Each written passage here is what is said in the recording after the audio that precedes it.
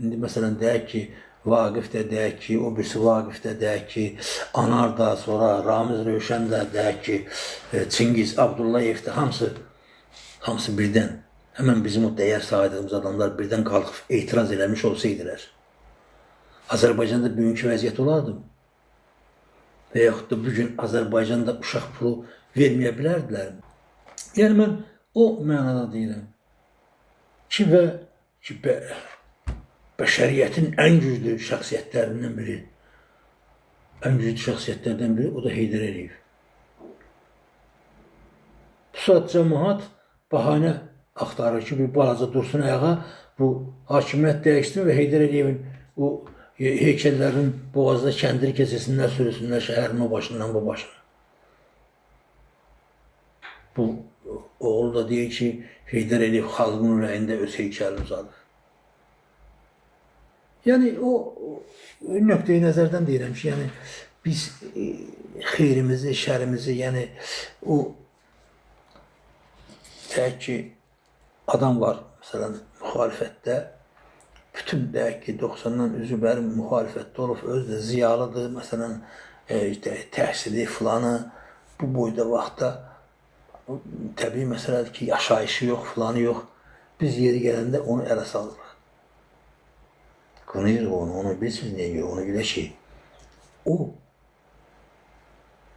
35-40 ildir Heydər Əliyev hakimiyyətə gələndən əziyyət çəkir. Ona görə ki, o sənin yanındadır, ona görə ki, o səni müdafiə edir, sənin tərəfindədir. Azərbaycanda dövlətçiliyin tərəfindədir, istəyir Azərbaycanda gözəl dövlət qurulsun. Məsələ budur.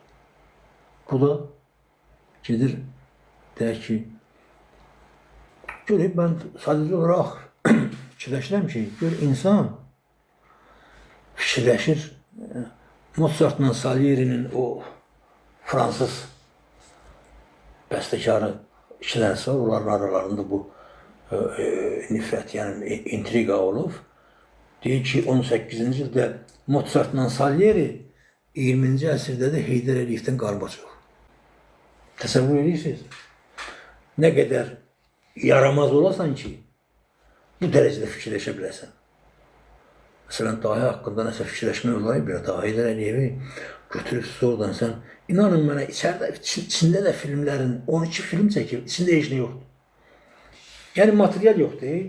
Nə mənada material yoxdur, bilirsinizmi? Yəni, orada deyək ki, kondisioner zavodu açılıb, orada lent kəsir, gəzirlər və bir nəfər danışır.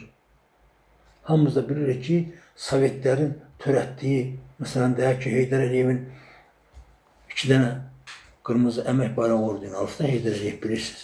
Azərbaycan kişi deməli kim 2 dənə alırdı, mənim çox yaxşı yadımda doyurlar.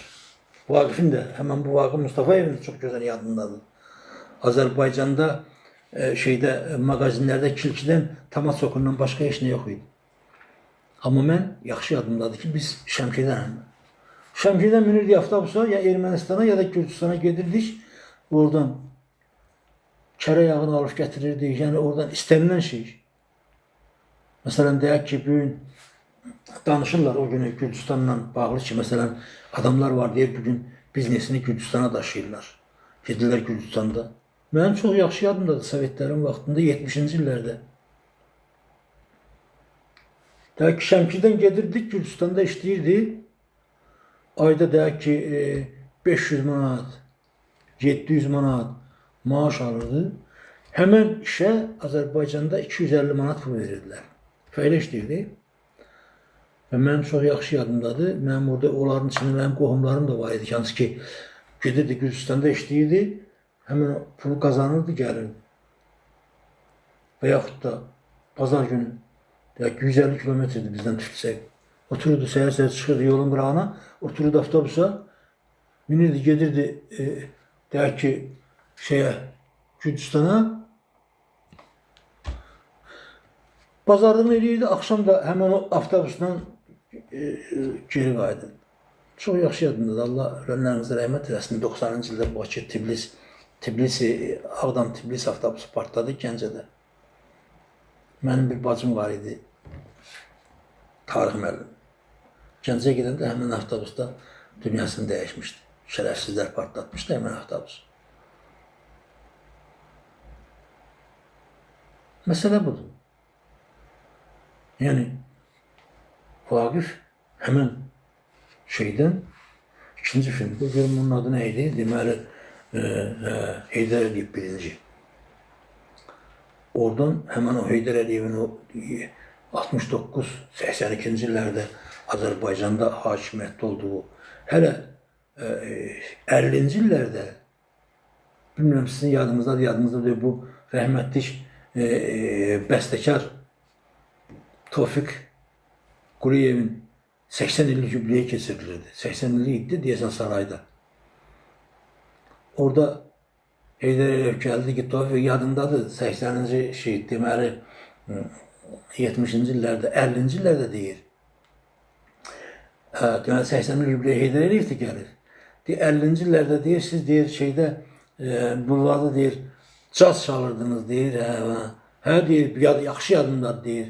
Sən də gəlib qoymurdun. 80 yaşında kişiydi də, yəni həmən yeri sonradan o video yazıda kəsmişdilər. Onda Polad Biloğlu girdi araya, başladı şey oxumağa, Həbibə dözdüyü ki, yəni ki, cəmaat şey eləməz.